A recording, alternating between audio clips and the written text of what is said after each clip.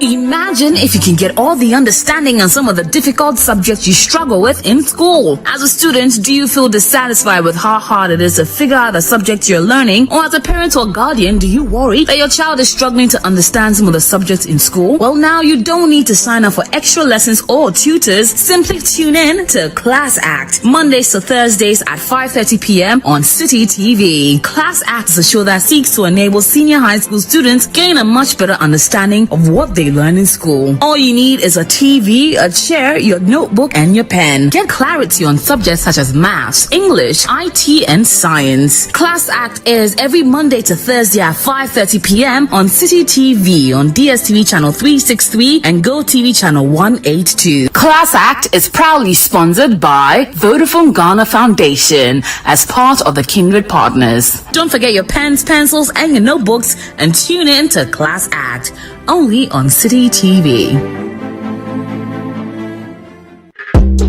It's City on the Go. You don't have to miss any of your favorite television and radio shows on City TV and City FM. Enjoy thrilling content from your world of great television and relevant radio at your convenience. Subscribe to CityTube on YouTube. Turn on your notification button and receive prompts on our live streaming sessions and new content uploads. For easy access to the CityTube page, scan the barcode on your screens. Subscribe to the CityTube page and voila! Unlimited content awaits you. Don't forget to subscribe to CityTube for amazing content from City TV and City FM.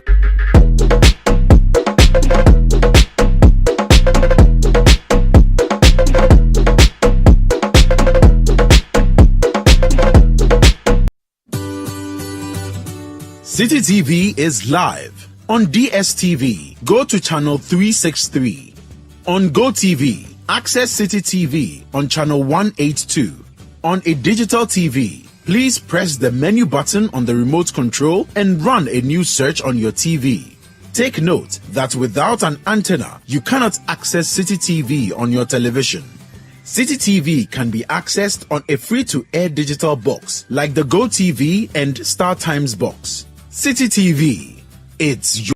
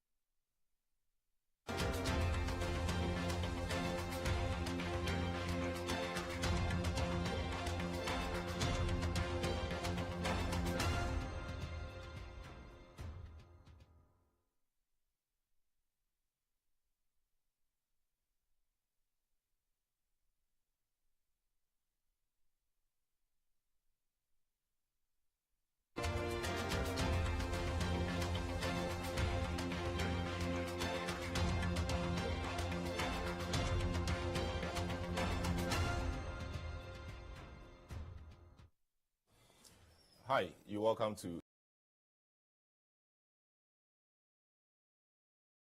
get a relevant guest and ask relevant questions, and we often leave you with some useful insight. My name is Salom Adunu, sitting in for a regular host, Bernard Koku Able. Tonight, we have a two-part show for you. On the first part, we'll be looking at some latest presidential poll numbers. The Global Info Analytics, which is fast becoming Ghana's foremost polling institution or body, has churned out some numbers again. The last time they did was some 2 weeks ago, or about a week ago, on the 11th of January, where they said that Baumia and NEC in many of the areas, and it was quite interesting because they said few weeks or months before, Baumia led Alan with a few percentage points. But this time around, they've done a national poll which compares John Mahama, Alan Tremantin, and then Dr.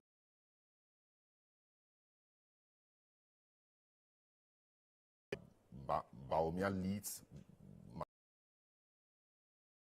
to 37%. There are a few other things that the poll talks about. For example, the poll makes some interesting revelations about ethnicity, religion, even the educational status of voters. And we'll look at all of that in the first part of the show.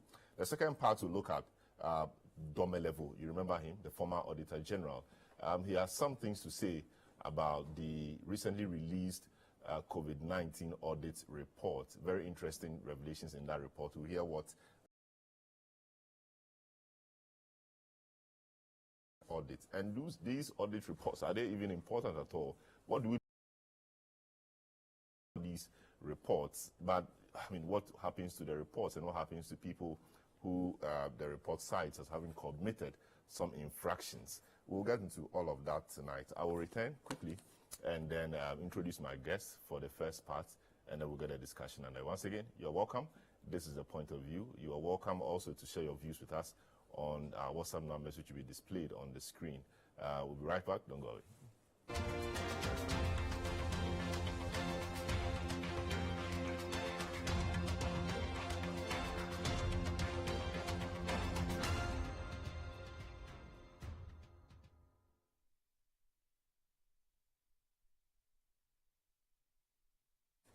You're welcome back to the point of view. My guest for the first part of the show is Musa Dan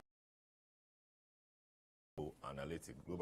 The global info analytics is almost Ghana's Gallup, churning results or reports of polls they've conducted every now and then. Musa, you're welcome to the program. Thank you very much, sir. It's amazing how your team churns out some of these numbers. About a week and a half ago, you did some work on Baumia and Alan and the MPP race, and that was published on the 11th of January, I guess.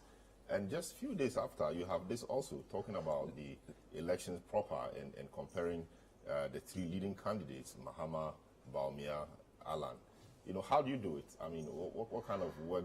Just a bit of correction here. This poll was conducted between 31st December and 15th January. Okay. Last week, what we released was the first part, of the report, the overall polling numbers. Okay. This one that you're looking at right now just released, and that looks at demographic of the numbers we saw last week. Okay. So further insight into what people were telling us last time. Yes. I see. So now, in terms of how we do it, in fact, it's a real-time poll. As the field officers are in the field interviewing people and submitting a report, we'll get the real.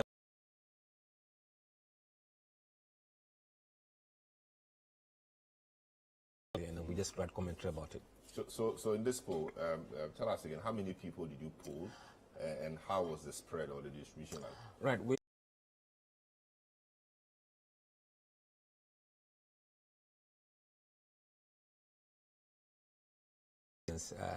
Level. So we're quite confident with what we got. Was the second part of the poll you did, which deals with the demographics. What did you seek to find out when you embarked on this one?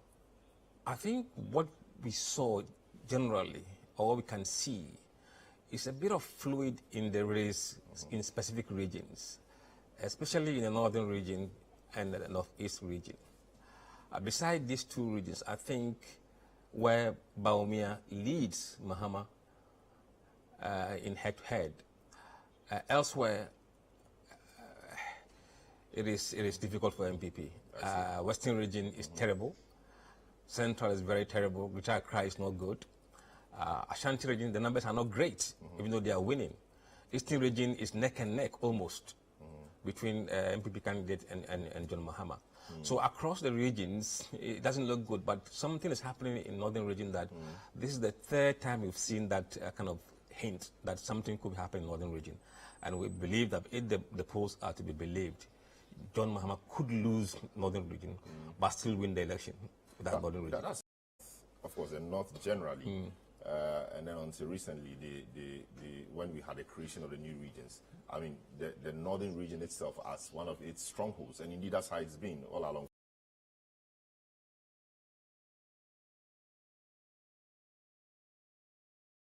Absolutely. Baumia is revered in northern region.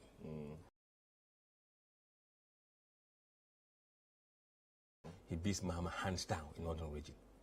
Now, what you find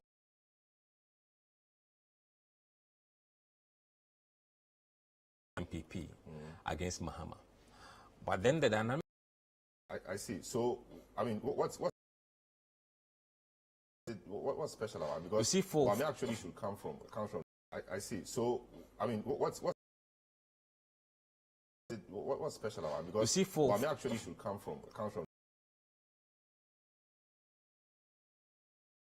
northern region. No, it is part of the Mole Dagbani group, right? Okay. And the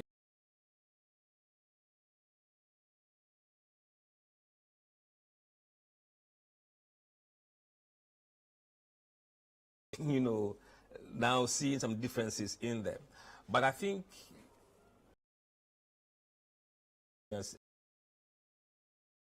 region. I think he seemed to have done a lot for the region. One, and two, he's helping getting the support of ethnicity and also religion.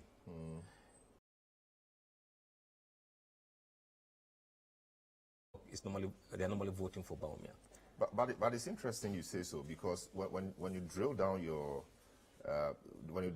into the numbers, you realize that Bawumia doesn't really do well with the Muslim votes. Yeah. So, for example, in the religious part of your work, Bawumia only makes 34%.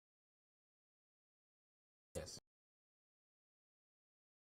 In fact, Alan makes 33% among the Muslim community, and then whilst JDM makes 65%. So between Alan and Bawumia, there's not much difference in terms of religion, Muslim religion. And I thought in those areas, I mean, Bawumia should stand tall, but that's not what we see here. No, we haven't looked at a specific Muslim vote in Northern region. Okay. But this is national number, yes. If we should drill down the Muslim vote in Northern region, you could see him doing well among Muslims in Northern region. But nationally, he's not. I see. But one would think that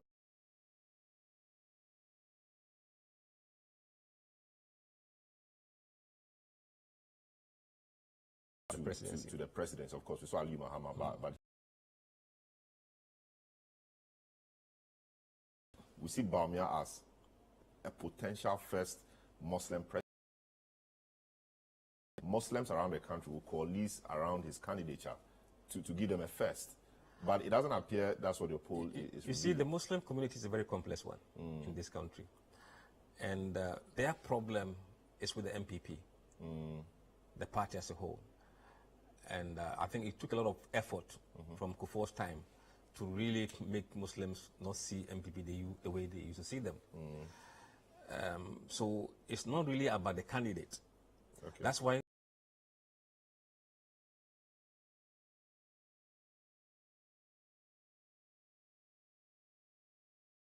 also I think some of the engagement of Dr. Bawumia among Muslims hasn't been very, I would say, helpful. And also some of his engagement with the Christian community hasn't been very helpful. I think he should have played it very smartly. At the moment, he seems to be alienating a lot of Muslims. Why? Or how? You see, Muslims want to see you as a Muslim. There's nothing stopping you from interacting with other religions. There are certain things you don't go. They see him to be bending towards the Christian side. No, you see, he's yeah, exactly. I don't know whether maybe he thinks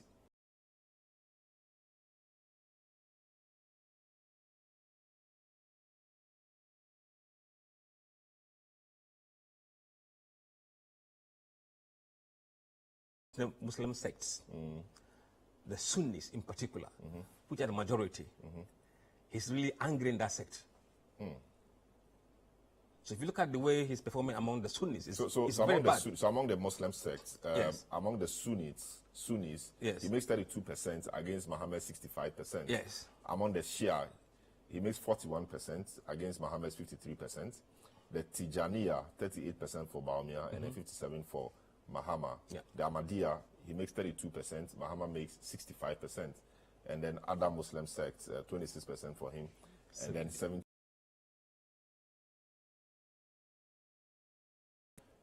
Annihilation, beating of Bawumia in his own backyard. So he should find out why. You know,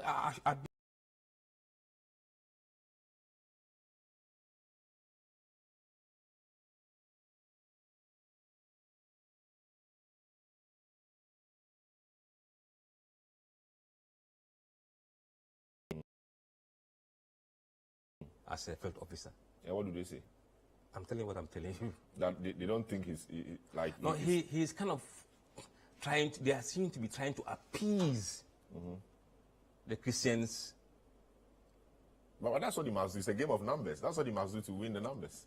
But it's not working for him. But even the chief imam himself on Easter Sunday also went to church.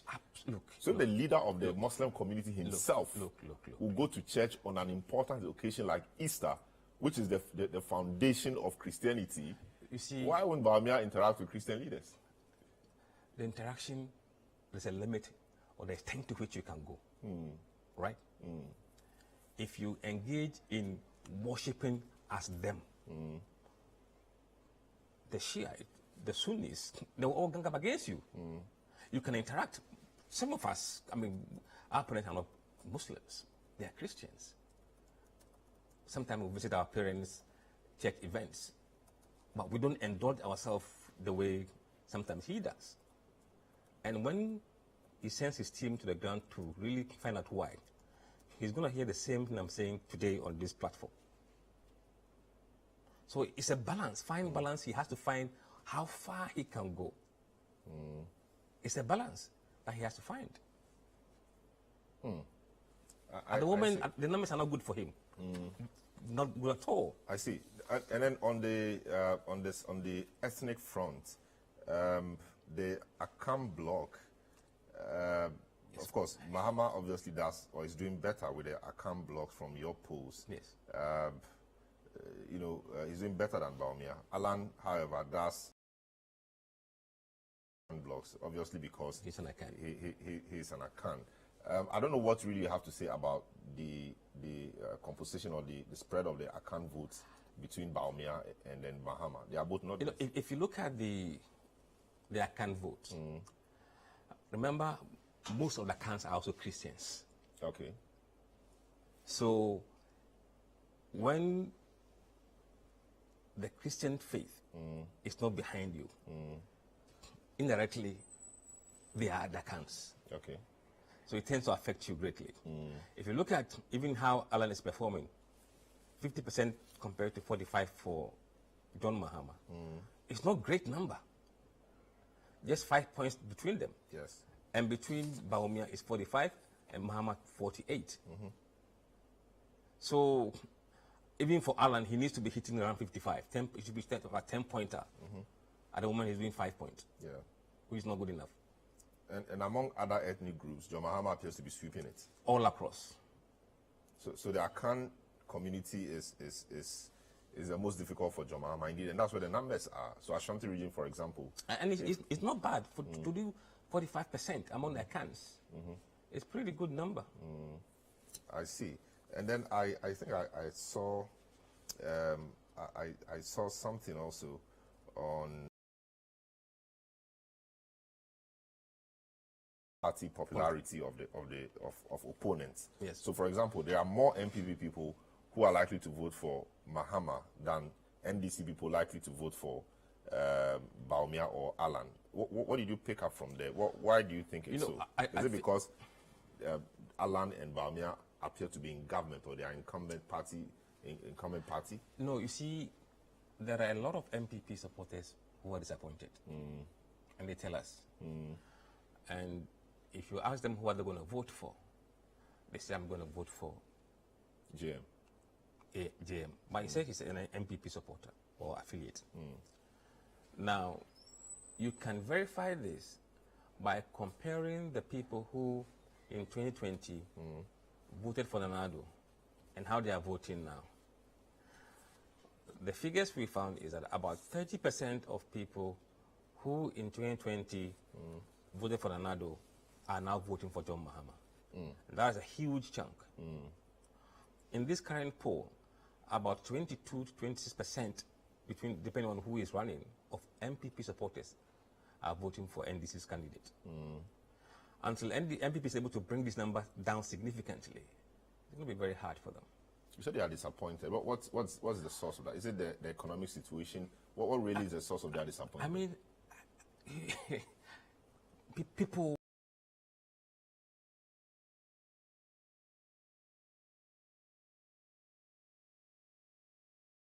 no doubt that we are in a very serious situation, and people felt we should for a time. But I think that excuse is no longer kind of sitting pretty well with people, and they are blaming the government. We've seen that in the poll. We've also seen a situation where people's expectations have not been met, and they are disappointed. And that has made John Mahama somehow a bit of alternative. Now, the difficulty MPP has is that, especially Baumia, now, what is he going to tell the nation if he becomes the flag bearer? So that we've done digitization, we've brought free SHS, we've done planting for food and jobs. See, the top issues facing voters today, one is the economy, two, education. Jobs, economy are the top two. And economy, there's no advantage for the government. In fact, on these top three issues, most voters who pick economy as top issues, as key issue for them, are voting for John Mahama. And those who have picked education, so the government's challenge or difficulty in the next election will be on the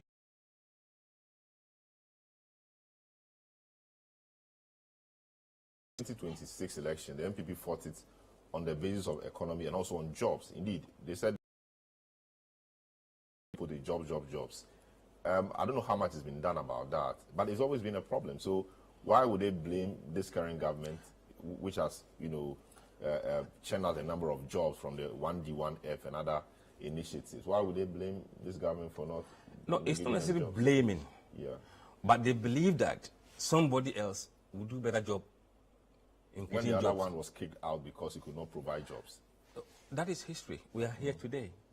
And voters' priorities and thinking change over time.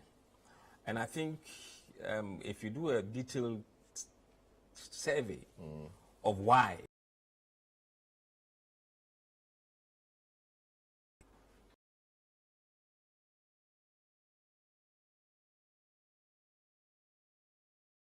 and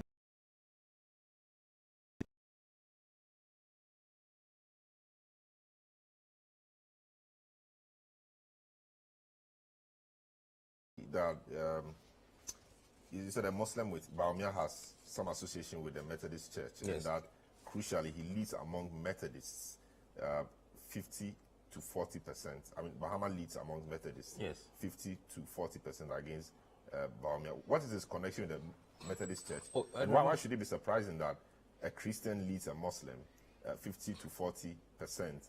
In this category. no, but remember, there has been some issue about Baumia and association with Methodist Church, Boys Brigade, and that kind of thing. So it kind of, before I don't know the full story. But he's been a Muslim throughout. But if you read the story that came out some time back, there was some close association with Methodist Church. And you could kind of associate himself with Methodist Church more so than any of the sects. And in the Methodist Church, he is 44% and Mahama is 50%.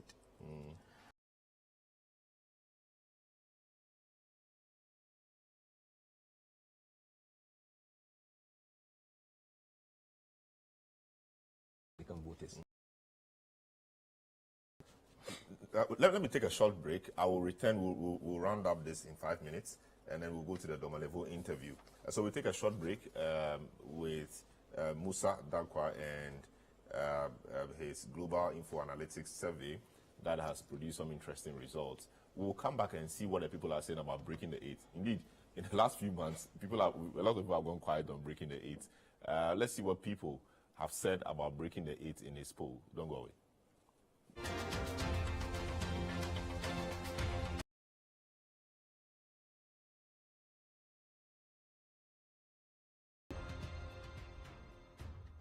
Pepsodent is aware that you're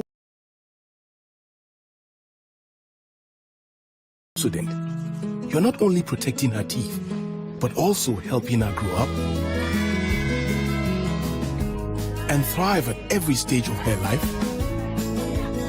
with a healthy and confident smile, so she can succeed and achieve all of her dreams. Because every smile matters.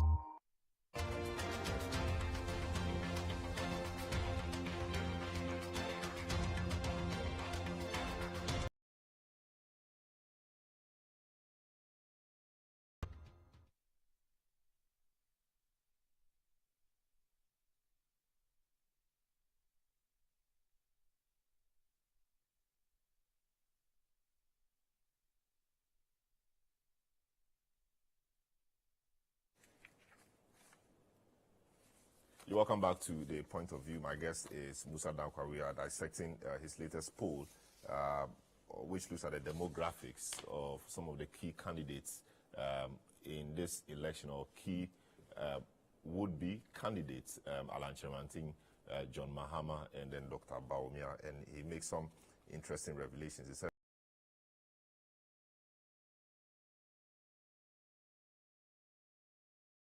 36%, and that's quite interesting, given that the NDC has always led in that part of the country. Indeed, in the 2020 elections, NDC at the presidential level polled 52.93%, and then the MPP polled 46.08%. But given what we've seen, I mean, from Musa's work, Bawumia appears to be doing very well. He's tried to put some reasons to it, even though his poll did not ask why. But he's spoken to people on the ground, and he's been able to hazard a guess as to why it's so. Among religious groups, interestingly, Bawumia trails John Mahama throughout. But among the Christian groups, Muslim groups, which is quite interesting, Bawumia trails John Mahama. Many would think that because he is a Muslim and one of the closest Muslims to the presidency, you have the Muslim community coalesce around. Is revealing, and a few other things. Musa, so the question of breaking the 8 is gone a bit quiet. You know, what did the people say on the field to you when you posed the question about whether the MPP could break the 8 or not? In fact, if you look at the current poll, it's quite improved a bit. In October, 70% of Ghanaians didn't believe MPP can break the 8, compared to 20% who believed so. Now, those who said they can't break the 8 has dropped to 59%. And those who believe that they can't break the 8 has gone up to 24%. Okay. There's a bit of optimism there, but there's been a lot of movement from no opinion, from 10% to 17%.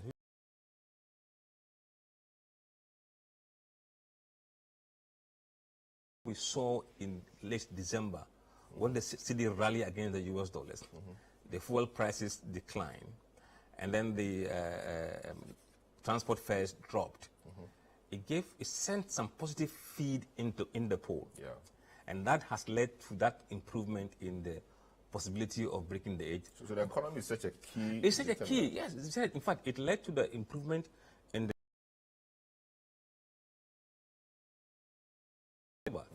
It led to a.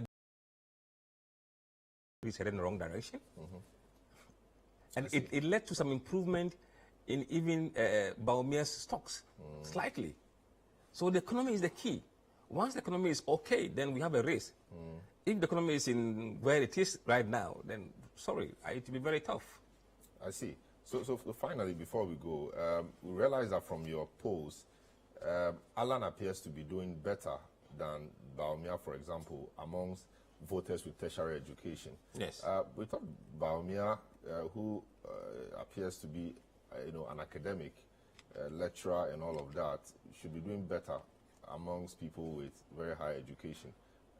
Did you find out why, or why so? I think education.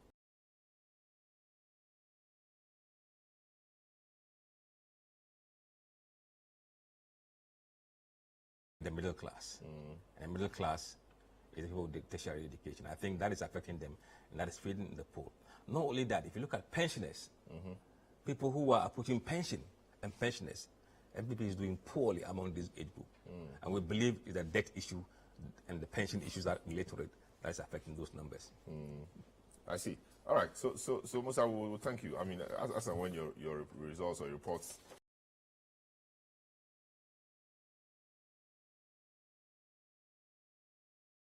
and this scientific, so we can work with it. Thank you so much for being our guest on this segment of the program. So that's how we end this segment of the program with Musa Dankwa. We're looking at a poll he released actually today, which has said quite a few interesting things about the three leading candidates in the race to become president: Alan Chemantin, Baumia, and JDM, John Dramani Mahama. So I think you can get the polls on citynewsroom.com and read them, and then make what you want to make of it for yourself. So Musa, thanks so much for coming. We'll return shortly and then speak to Daniel Domelevo, former Auditor General, on the COVID-19 audit report. Don't go away.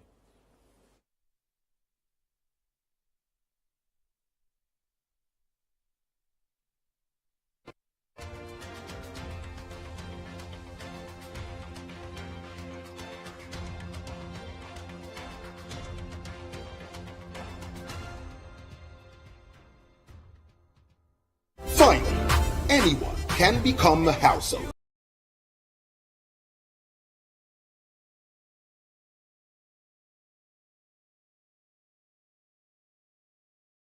And a chance of winning a house or cash or consolidated funds, such as savings towards a house.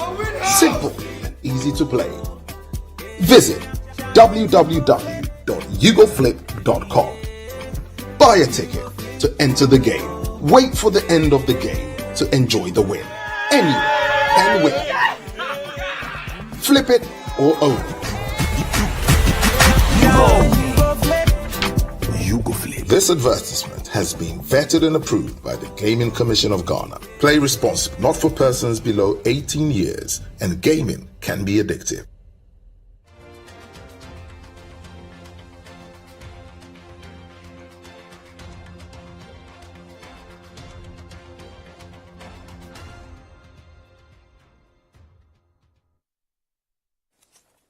You're welcome back to the point of view.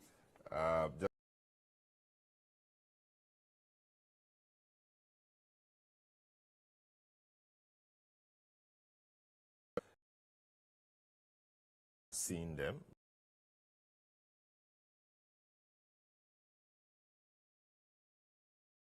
Etc. And in all these segments, it appears John Mahama is doing quite well. Interestingly, Baumia beat Mahama in the northern region. Interesting because the northern region has always been a stronghold of the NDC, of course, before the creation of the new regions. Perhaps the creation of the new regions is showing really what the details of that are.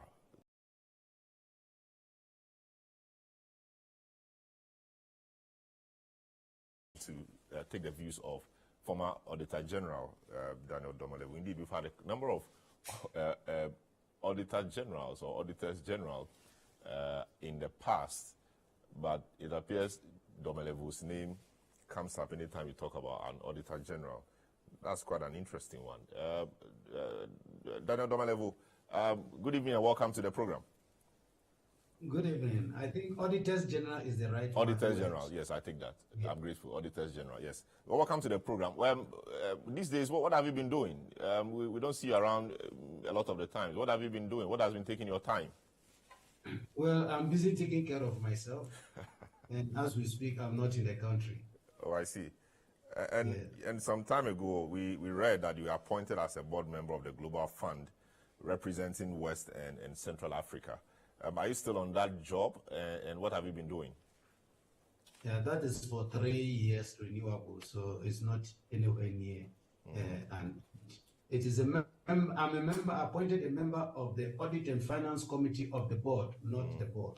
Oh, I see. Committee of the board, yes. Okay. And, we've seen a recent audit report of the government of Ghana COVID-19 expenditure for the period March 2020 and June 2022. And from the report, I mean, let me just read.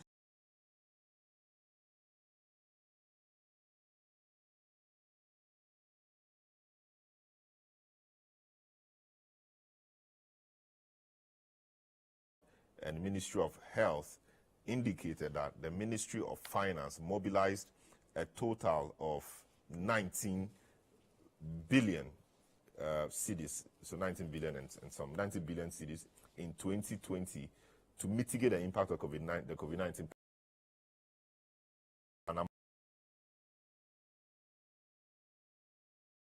billion was mobilized in 2021, and 753 million up to June 2022 was mobilized up to June 2022 to finance the coronavirus alleviation program and the implementation of the Ghana COVID-19 emergency preparedness and response plan. So in all, a total of 21.84 billion was mobilized to mitigate the impact of the COVID-19 pandemic in Ghana. So this is what we are dealing with. This is how much we have, and the report actually talks about how these funds were disbursed, some is applied, etc. On the report.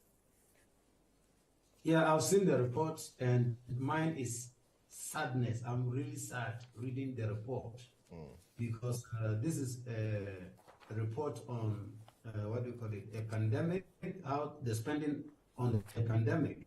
If you pitch that against the fact that government borrowed money from IMF, there was a rapid credit facility.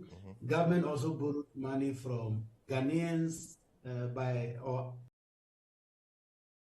issue of what the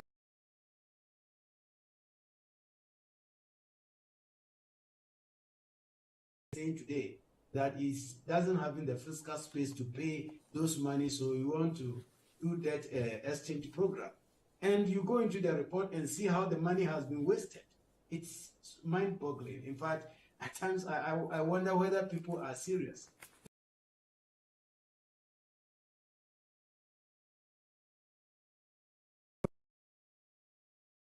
In other group for 25 years. You mean they were expecting the pandemic to last for 25 years? They go into the agreement for a year renewal. And 25 years agreement or lease we are going to take. Nobody checked to be sure that the facility was even good or fit for purpose.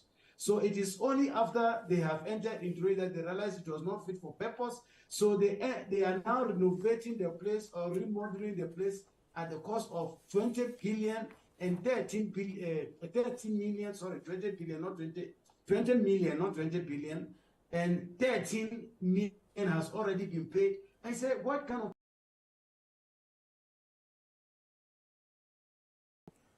But, so I see a few of those as well in the report. But won't you say that because it was a pandemic, and given how the world was reacting or responding to it, people dying in the West, and predictions that there'll be dead bodies all over the streets of Africa, etc., government went into panic mode and did a lot of those things with good faith, So they panic could mode such contain that you were going to enter into an agreement and you didn't even see the facility that you were going to pay for. Yes. I really don't get it. In fact, is it the same panic mood which makes the government to collect money for COVID and use it to pay NABCO what do you call them, students or workers? NABCO beneficiaries, yes. Beneficiaries and etc. So why didn't they give some of the money to you? Because they were in a panic mood. So we just took advantage of the panic and misapplied public funds. I don't buy the argument at all. I see. So when you look at things like equipped isolation centers not in use, obviously they wanted to be ready. They didn't want the situation to hit hard before going on to try to equip facilities. So they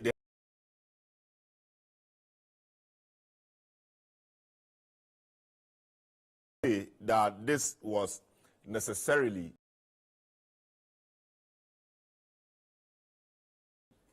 Well, yes, those ones can be understood. That maybe you thought we must buy this equipment or that equipment which may help. And maybe by the time the equipment came in, there was no need for it.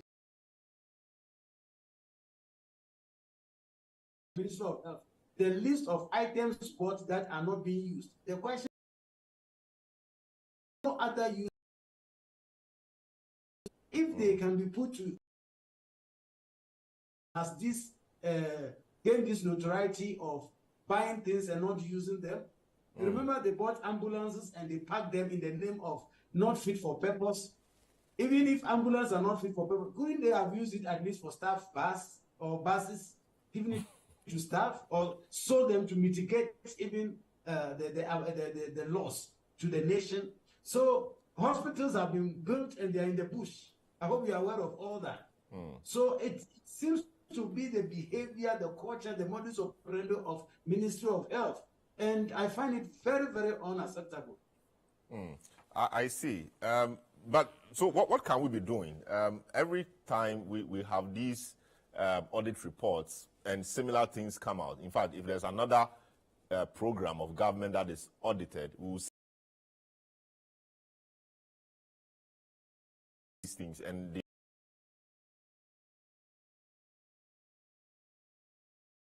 that you try to activate at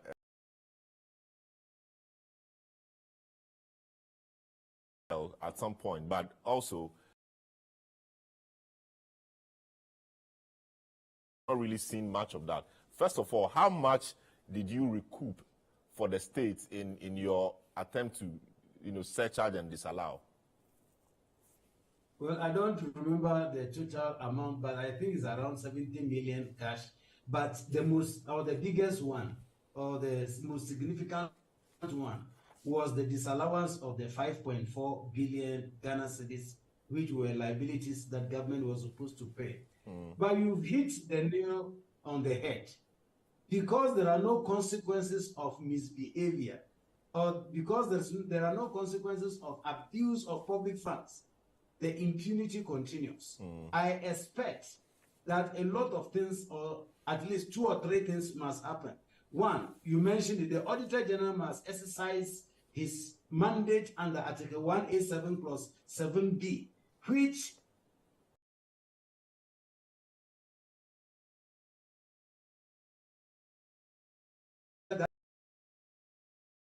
must disallow them and surcharge. And if you remember, in 2017, there was a ruling from the Supreme Court in Occupy Ghana versus Attorney General, in which the Supreme Court was unanimous in saying that the Auditor General must do these things. In fact, they actually gave consequential orders that anytime the Auditor General came across such infractions, he must disallow and surcharge.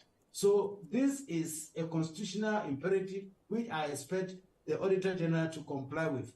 that asylum people for prosecution, and I clap for them. I hope it happens. I've not seen it happening yet anyway. Yes, I'll get to the third. I'll get to the third in a minute. So we're speaking to Daniel Domelevo, who is the former Auditor General, helping us appreciate some issues in the special audit report on the COVID-19 expenditure or funds received in respect of COVID-19. In all, we are learning from the report that some 21 billion Ghana cedis was realized or was received in respect of the COVID-19 pandemic. And the report is telling us that we've not done well in how we expended that. At least some of the things appeared like total wastage or absolute wastage. Mr. Domelevo has mentioned the equipment of some isolation centers which are not in use. One, he says, is at Adaklu, which he thinks was not value for money, and a few others. He is worried that it's like just like many of us, that nothing appears to happen to people who often commit these infractions. We'll take a short break. When we return, we'll hear him on the 3 things that he thinks must flout or who commit such infractions. He's spoken about one or so. He will continue with the others. Don't go away. This is a point of view.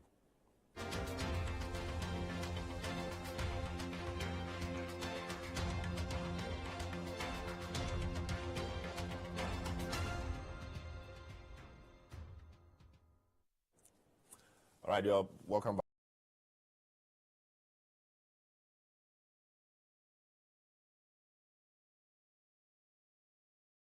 Something else entirely with Musa Dankwa, a poll on presidential hopefuls.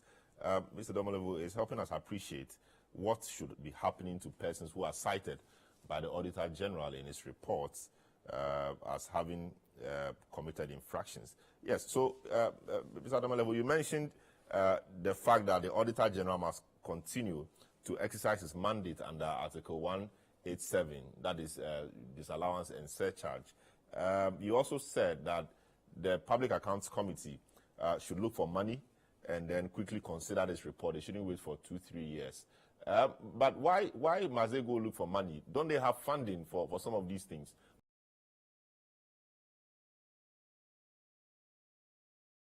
Thank you very much. The public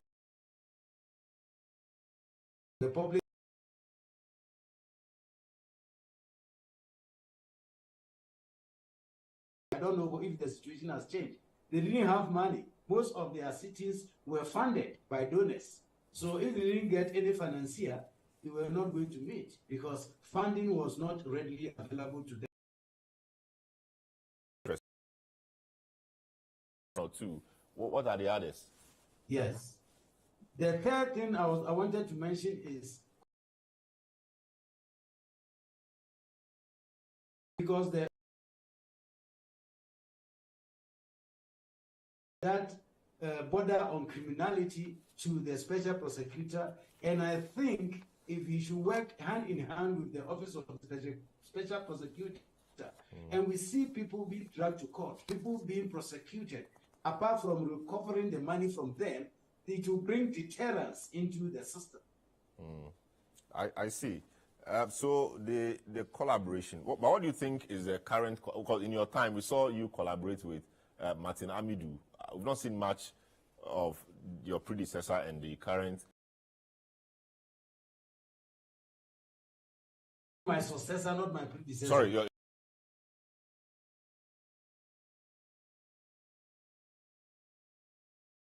but then when I was in office, there was a lot of collaboration. I remember we had a press conference where we told Ghanaians that we are collaborating.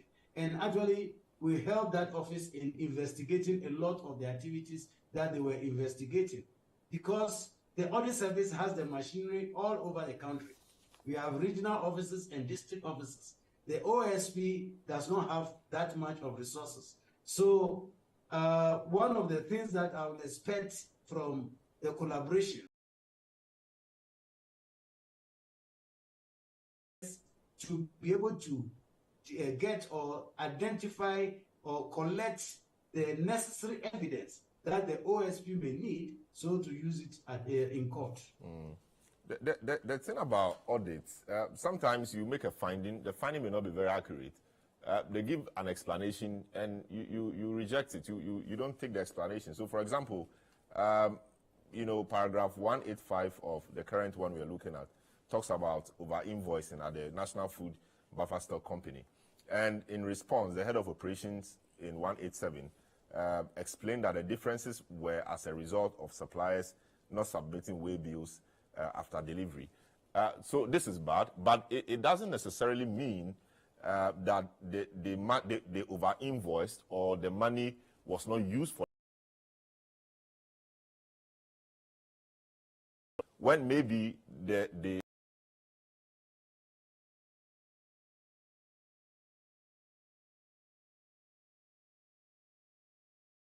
saying there was over-invoicing be correct or appropriate? Well, I've not read the section that you are talking about, but what happens many times is that when the audit observations are raised to the audited institution, or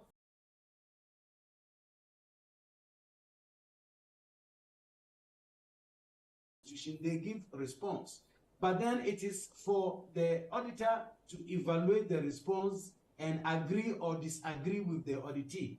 That is what we call the audit position.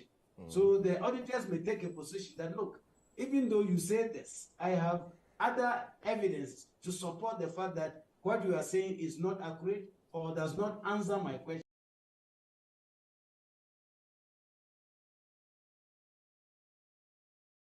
Audit file.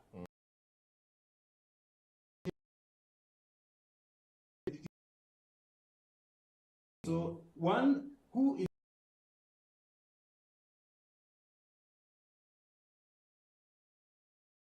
a case or no, they are just answering. Let me be honest with you, in most of the times they just provide any answer. Answers which do not relate to what is on the ground. I see. All right. So let me just pick your thoughts generally on other things. You have in the past spoken about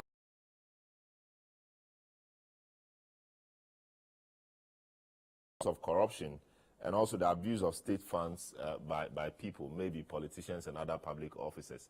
Do you still hold a view that we need a wealth law, and how do you think this will help us? I think first and foremost, Ghanaians should be very much livid or annoyed with the use of public funds at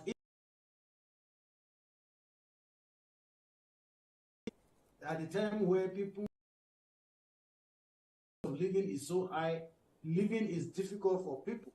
And to address this, we must call for collecting of those monies that have been misused or abused, that is by way of disallowance and surcharge, and there should be prosecution.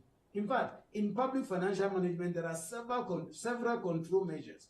But the truth of the matter is that if there is no deterrence, people will continue daring into it. Because mind you, if you're able to get away with one, it is free money that you have taken. So people will always gamble with public funds. And as people gamble with public funds, we must also